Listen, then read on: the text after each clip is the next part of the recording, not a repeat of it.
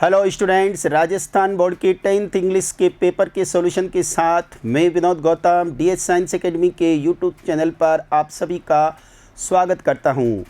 और आइए हम सॉल्यूशन की ओर बढ़ते हैं। Let's start from question number first. Question number first पर अनसीन पैसेज है और अनसीन पैसेज में चाणक्य और एक भिक्षु की बातचीत को दिखाया गया है और उस बातचीत पर बेस्ड जो क्वेश्चन हैं उनके answer. First question, which empire is mentioned in the passage? Answer होगा Maurya empire. Question number second, how many hours are spent by Chanakya with the public? Answer है B 12।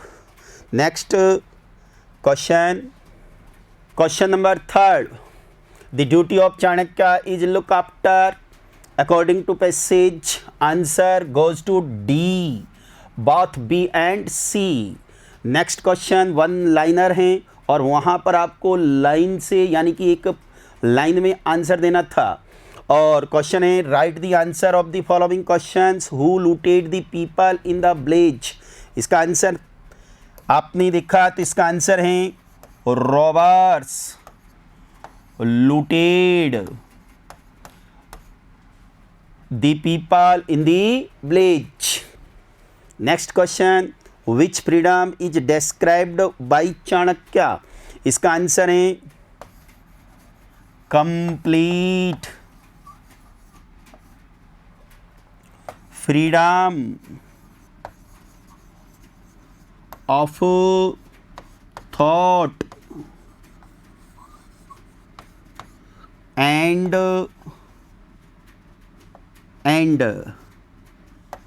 Worship. Okay, next question की ओर move करते हैं। Fill in the blanks with the appropriate word. यहाँ पर आपको missing word होता है, वो पैसेज की लाइन में से पिक करना होता है। Chanakya was worried as the villagers were in, इसका आंसर है ट्रबल। और इस तरह से ये हो गया आपका question number first. Now question number second. Question number second पर एपीजे अब्दुल कलाम के चाइल्डहुड के बारे में बताया गया है कि उनका जन्म कहाँ हुआ, उनके पिताजी माताजी उन क्या नाम था, उन्होंने बचपन में क्या चीज़ें सीखी, ये सब इसके अंदर डिस्क्राइब हैं और इसी पर बेस्ड क्वेश्चंस देखते हैं। पैसेज में बताया गया कि वो रामेश्वरम में पैदा हुए थे और उनके पिताजी किस तरह की शख्सियत थे उनके बारे में आपको सब बताया गया है। आपने अगर पैसेज को अच्छी तरह से पढ़ा तो क्वेश्चन नंबर इसका first, what is the name of the father of the writer? आप सबको पता है, आंसर गोज टू ए, जेनवल्लभदीन। Question number second, the writer's house was built in the middle of the century, यानी कि कौन सी century में उनका मकान बना था? आप सबको पता है, इसका आंसर है C, 19th century. The author's childhood was a very secured childhood both materially and, इसका आंसर है B, emotionally. Next question, writer was born in the island town of, आप सबको पता है एपीजे अब्दुल कलाम का जन्म रामेश्वर सिटी में हुआ था। नेक्स्ट क्वेश्चन है, who is an ideal helpmate of the writer's father? आप सबको पता है, इसका आंसर है A, writer's mother. Next question है, fill in the blanks with appropriate words, I was a shorter boy with और रादर। अब इसका आंसर हमको पैसेज में से लाना है, तो हम पैसेज की रीड करते और फिर आपको आंसर बताएंगे। और इसी तरह से my dash dash dash father use to avoid all the inessential comforts and luxuries. तो मूव टू पैसेज, पैसेज की ओर चलते हैं और देखिए उसका आंसर ये रहा, माई एस्ट्री फादर। तो आपको वहाँ एस्ट्री भरना था आई थिंक। और नेक्स्ट उसका था कि वो बच्चे थे तो कैसे लगते थे, देखिए, और वो बच्चे थे तो वो किस टाइप के व्यक्ति थे। और आपने अगर उस पैसेज को अच्छी तरह से पढ़ा तो आपको पता लगेगा कि उनकी शख्सियत कैसी थी। अनडिस्टिंगाइज्ड, जिसका मतलब होता है एवरेज। तो पहले का आंसर था अनडिस्टिंगाइज्ड और सेकंड का आंसर था एस्ट्री। Move to question number next. और इस तरह से अनसीन पैसेज के आंसर्स आपने अपने चेक कर लिए होंगे और अपने आप को देख सकते हैं। यहाँ पर आंसर आया था अनडिस्टिंगाइज्ड और इसका आंसर था एसटी, जो हमने वहाँ से पिक करके आपको बताए। चलिए, सबसे ज़्यादा जिस क्वेश्चन को लेकर बच्चों ने बातें की थी वो क्वेश्चन आ गया, जिसका मतलब होता है टर्मोलॉजी के क्वेश्चन। और write the words from the passage which means same as. तो रिचनेस का सिमिलर आपसे पूछा गया, तो आपको लिखना था वेल्थ, WEALTH, वेल्थ। और नेचुरल का आपको लिखना था इनेंट। क्या लिखना था बच्चों? इनेंट। ओके। और इस तरह से दोनों हमारे अनसीन पैसेज कंप्लीट। उसके बाद में ग्रामर सेक्शन में correct from the verb, first correct from the verb question number 3 का फर्स्ट, जिसमें after I dash dash dash, तो इसका आंसर होगा बी, हैड रीड। नेक्स्ट का होगा I dash dash dash meet my friend yesterday आने के कारण इसका आंसर होगा A, met. Now question number 3, I dash dash dash study, तो आपको पता है इसका आंसर होना चाहिए सिंस, और टाइम आने के कारण इसका आंसर होगा सी, हैव बीन स्टडिंग। और फोर्थ का आंसर होगा यूजली की वजह से प्रेजेंट सिंपल आई के साथ टेक। ओके। और इस तरह से ये आपके करेक्ट फ्रॉम दी वर्ब के 4 question complete. Now direct indirect narration. Naresh said to me I don't believe you, इसका आंसर बनेगा नरेश का नरेश, सेड टू का हो गया टोल्ड, मी का मी, दैट ही, और डू नॉट का डिड नॉट, बिलीव का बिलीव, यू का मी। अपने आंसर को चेक कर लें। Naresh told me that he did not believe me. My friend said to me did you see the snake, इसका आंसर बनेगा my friend. My friend asked me if या whether I had seen the snake, यहाँ पर my friend है। My friend asked me if whether I had seen the snake. Okay. और इस तरह से नरेशन के क्वेश्चन क्लियर। आइए, आपको पता है रिलेटिव प्रोनाउन भरने की बजाय, फिल के भरने की बजाय जोड़ने वाले दे दिए, कंबाइन करने थे। Archit saw his mother, he ran to touch her feet. अब इसको आपको आंसर लिखना था as soon as Archit saw his mother comma he ran to touch his feet. आपको इस सेंटेंस में आगे एज सुन एज फिट करना है, आपको पूरे मार्क्स मिलेंगे। You should come in uniform, you may join the parade, आपको इसका आंसर लिखना था you should come in uniform, so that को आपको बीच में प्लेस करना है। और इस तरह से एज सुन एज स्टार्ट में यूज होगा और सो दैट लास्ट में। पैसिव वॉइस में the people cut trees without thinking, आपको मालूम है प्रेजेंट सिंपल है, कई बच्चे कह रहे पास्ट सिंपल है, नो प्रेजेंट सिंपल है, इसलिए आंसर बनेगा the trees are cut by the people. अगर किसी ने मेंशन किया तो भी कोई बात नहीं, अगर किसी ने मेंशन नहीं किया तो भी कोई बात नहीं है, लेकिन आर कट आपको ध्यान देना है। The trees are cut by the people without thinking. Okay. और passive second, he asked me to go and sit on the back bench, यहाँ पर पास्ट सिंपल की पैसिव बनानी है। I was asked by him, अगर by him को आपने यहाँ मेंशन किया तो भी ठीक है, आपने अवॉइड किया तो भी ठीक है, और आपने एंड ऑफ द सेंटेंस लिखा तो भी आपके मार्क्स कटने की कोई परेशानी वाली बात नहीं है। केवल आपका आंसर आई वॉज आस्क्ड होना चाहिए। बाकी आपने टू गो एंड सिट के साथ छेड़छाड़ की तो आपके मार्क्स कट सकते हैं। क्वेश्चन नंबर 7 में आपको फ्रेमिंग क्वेश्चन बनाना है, और फ्रेमिंग क्वेश्चन बनाते समय यस या नो ने आने के कारण किसी न किसी WH से बनाना था, WH ने आने के कारण आपको अपनी तरफ से WH फिट करना था, इसलिए यहाँ पर सबसे अप्रोप्रिएट WH होगा whom, क्योंकि यहाँ कहा गया है आई रेस्पेक्ट माई पेरेंट्स। तो जिन बच्चों ने whom से क्वेश्चन बनाया वो अपने आप को चेक करे। whom do you respect question mark, ये आंसर भी सही कंसीडर किया जाएगा। Whose parents do you respect, जिन बच्चों ने हुज को फॉलो किया उनका भी आंसर सही माना जाएगा।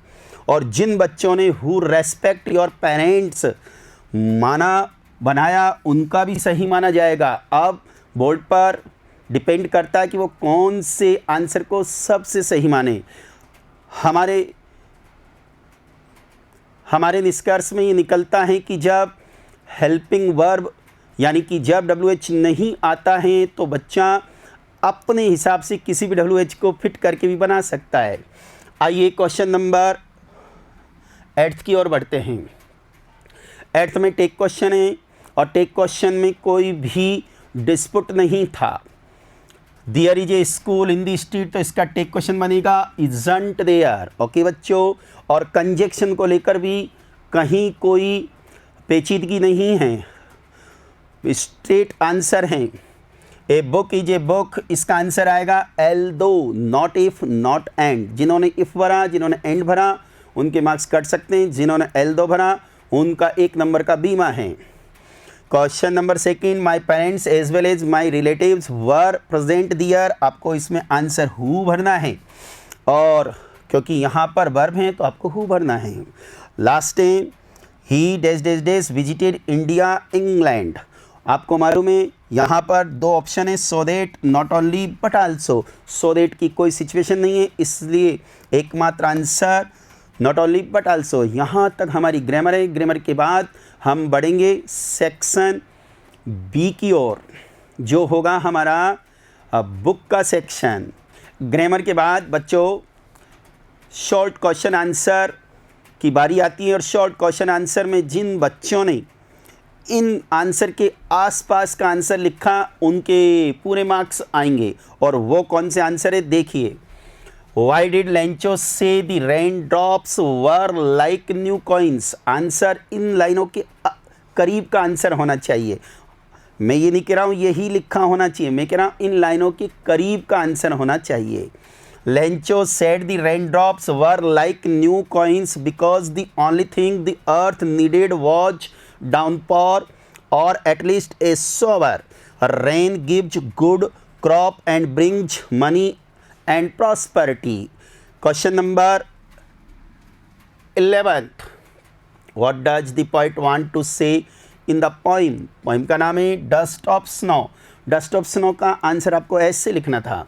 Through this poem, Robert Frost tries to say that sometimes certain moments or actions are simple but have a larger significance. Moreover, nature is a source of great inspiration. आपने इसके आसपास का अगर आंसर लिखा तो आपको इंश्योर होना चाहिए कि आपको पूरे मार्क्स मिल रहे हैं। क्वेश्चन नंबर 12, Why did भोली रिजेक्ट द मैरिज? आंसर है भोली rejected the marriage because December demanded 5,000 rupees as a dowry. Moreover, he was a mean, greedy and contemptible person. He did not want him as her husband. Question number 13th. How did Mame Lozel replace the necklace?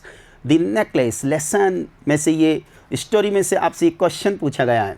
तो ma'am Loisel and her husband bought, क्या है ये? Bought, BOUGHT, bought a diamond necklace for 36 francs. Mister Loisel had only 18,000 francs which his father left for him. He borrowed the rest and worked hard to pay this debt, यानी कि कर्जे को। और इस तरह से क्वेश्चन नंबर 13th भी complete. Question number 14th, how does mister Herriot treat the dog? आप सबको पता है टिर्की वाला lesson. A triumph of surgery story जो फर्स्ट स्टोरी है। Mister Herriot takes Tricki to his surgery. He does not give him to medicinal treatment of any kind for the first 2 days. He gives turkey no food but plenty of water. Then he provide him with a natural atmosphere among other dogs. In this way he treats turkey for a fortnight. Question number next passage हैं 15th पर passage आता है। आप सबको पता कूर्ग यानी कि glimpse of India, और उसमें से 2 क्वेश्चन। पहला क्वेश्चन का आंसर आपको ये लिखना चाहिए था, which season attracts the tourist to Coorg. तो आपको लिख रहा था the season of joy commences from September and continues till March attracts the tourist to Coorg. Second question, where is Coorg situated. Coorg या Kodagu the smallest district of Karnataka. और इस तरह से ये सीन पैसेज के क्वेश्चनों के आंसर 16th पर footprint without feet story book में से आपको एक पैसेज दिया गया, और ये पैसेज आपको पता है the book that saved the earth drama में से लिया गया है। और उसके question, first question, which century was called the era of the book. Answer है the 20th century was often called era of the book. What did the books do and write about strangest thing? इसका answer आपको लिखना था books taught people how to and when to, where to and why to. They illustrated, educated, punctuated and even decorated. But the strangest thing a book ever did was to save the earth. Next, stanza. The trees inside, आपको पता लग गया the trees Adrienne Rich, composed by Adrienne Rich. और इसके question number first, where are the trees in the poem. In this poem the trees are inside. The poet wants to say that people are cutting trees in the forest, on the other hand they are decorating their houses with trees in little tree pots. Question number second, how can you say that forest was empty according to the poem? According to the poem, the forest was empty because there is no place for birds to sit, no insect can hide itself. Moreover, there is no shadow in the forest. और इस तरह से question number 17th complete. 18th पर stanza, I think I could turn. तो passage stanza को समझने के बाद क्वेश्चन नंबर फर्स्ट की ओर मूव करते हैं। Why does the poet want to live with animals. The poet wants to live with animals because animals are very calm and self content. Question number second, what do the animals not do for their condition. तो आपको पता है according to the poet The animals never complain about their condition. और इस तरह से हमारा section B complete. Section C की ओर मूव करते हैं। सेक्शन सी में आपको पता है डेस्क्रिप्टिव यानी मेजर क्वेश्चन होते हैं, जहां हमें स्टोरी या लेसन या उस पोइम से संबंधित जो भी बातें आती है वो लिखनी होती है। और पहला 19th पर है, what was the forceful thing to make the young seagull successful to fly. तो आपको इसका आंसर अपने आंसर को इनलार्ज करते हुए लिखना था कि कौन कौन सी वो चीज़ें थी जो सीगल ने अपने आप को उड़ने के लिए मजबूर करना पड़ा। सीगल भूखा था, उसने माँ के हाथ में रोटी का टुकड़ा देखा, माँ उड़ कर आई और इस तरह से वो आगे की ओर बढ़ा। Question number second, how did, आप ये कर सकते हैं या ये कर सकते थे। How did Mandela's hunger for freedom change his life. Mandela के अंदर वो कौन सी ऐसी बात थी जिसने उनकी हंगर को आज़ादी के लिए बदल दिया। तो वो आपको पता है बॉयहुड में वो केवल अपने लिए पर्सनल फ्रीडम की बात करते थे। बाद में उन्होंने अपने लोगों की आज़ादी के लिए बात किया और उनके व्यक्तित्व में परिवर्तन होने लगा और एक दिन उन्होंने रेशियल गवर्नमेंट को साउथ अफ्रीका से हटाया। Question number 20th, draw the character sketch of Wanda. आपको मालूम है वांडा पेंटोन्स्की के बारे में आपको लिखना था। वांडा कहाँ रहती थी, वांडा कैसी ड्रेस पहनती थी, वांडा कहाँ बैठती थी, वांडा के साथी कौन थे, वांडा से कैसे मजाक की जाती थी, और वांडा एक बहुत अच्छी पेंटर थी। अगर आप ये क्वेश्चन को पिक कर रहे थे तो इसके बारे में लिखते हैं, या फिर इसके बारे में how did Annie justify her being a chatterbox in her essay. आपको मालूम है एना फ्रैंक अपनी क्लास में बहुत ज़्यादा बोलने के कारण उसकी टीचर ने उसको चैटरबॉक्स पर 1 नहीं 2 नहीं 3 बार ऐसे राइटिंग का होमवर्क दिया, और उसने अपने आप को जस्टिफाई किया कि किस तरह से बोलना बच्चों की एक ट्रेट होता है।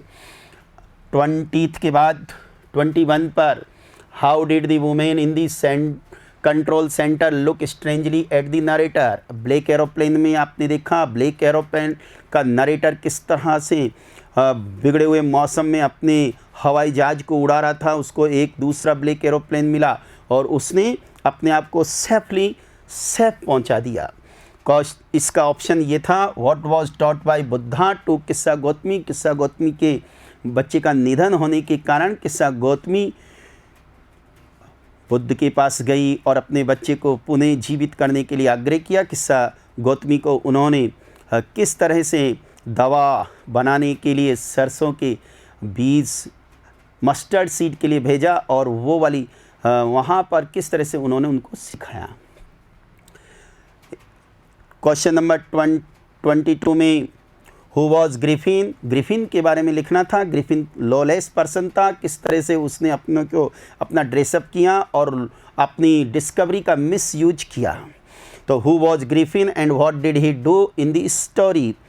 इसका ऑप्शन था story describe the story of Anil and thief.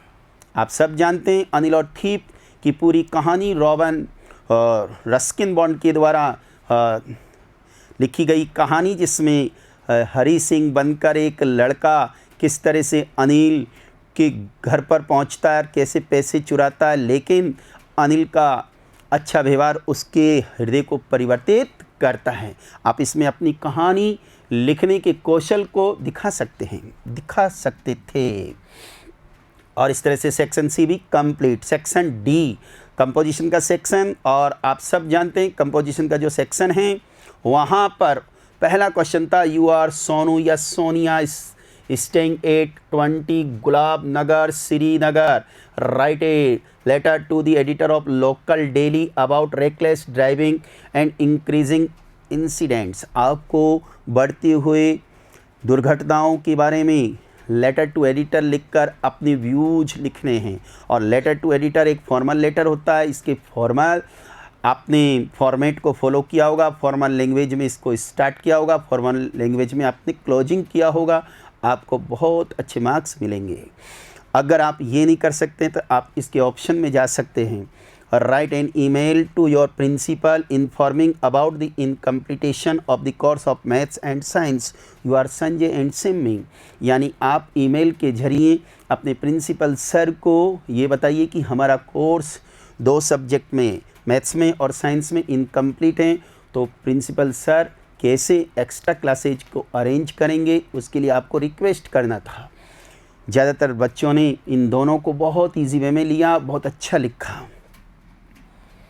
Question number 24 story writing. आप सबको पता है स्टोरी राइटिंग हमेशा आउटलाइन से डेवलप की जाती है। आउटलाइन हमें बता रही है कि एक स्टोरी है जिसमें हेयर एंड टॉर्टोइज की कहानी लिखनी है, किस तरह से हेयर एंड टॉर्टोइज के बीच चैलेंज हुआ और किस तरह से हेयर आगे निकल गया, टॉर्टोइज पीछे रह गया, किस तरह से हेयर ने अपने आप को लेजी कर लिया और सो गया और टॉर्टोइज लगातार बढ़ता गया और रेस जीत गया।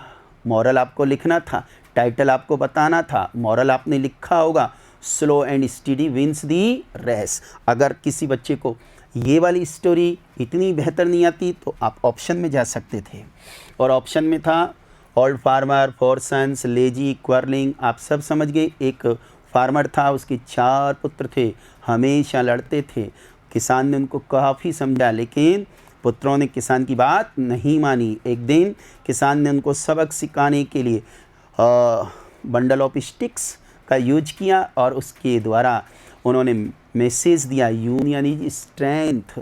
और आपको मालूम है बच्चों, इसका टाइटल और इसका मॉरल एक भी लिख सकते हैं, एक ही था।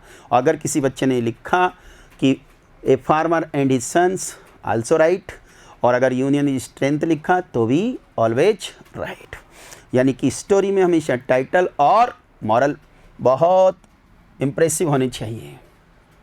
Last question 25th question. 25th question में विजुअल एड्स के जरिए हमको पैराग्राफ डेवलप करना है।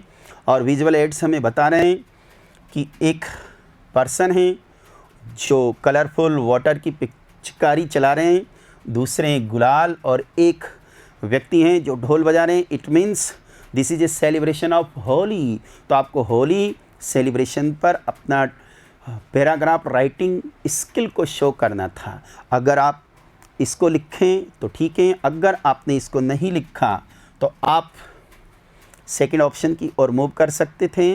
और सेकंड ऑप्शन में आपको पता है यहाँ पर केक कैंडल लगा हुआ है, कैंडल्स को बुझाई जा रही हैं और बच्चे हैप्पी बर्थडे टू यू बोल रहे हैं। It means birthday celebration.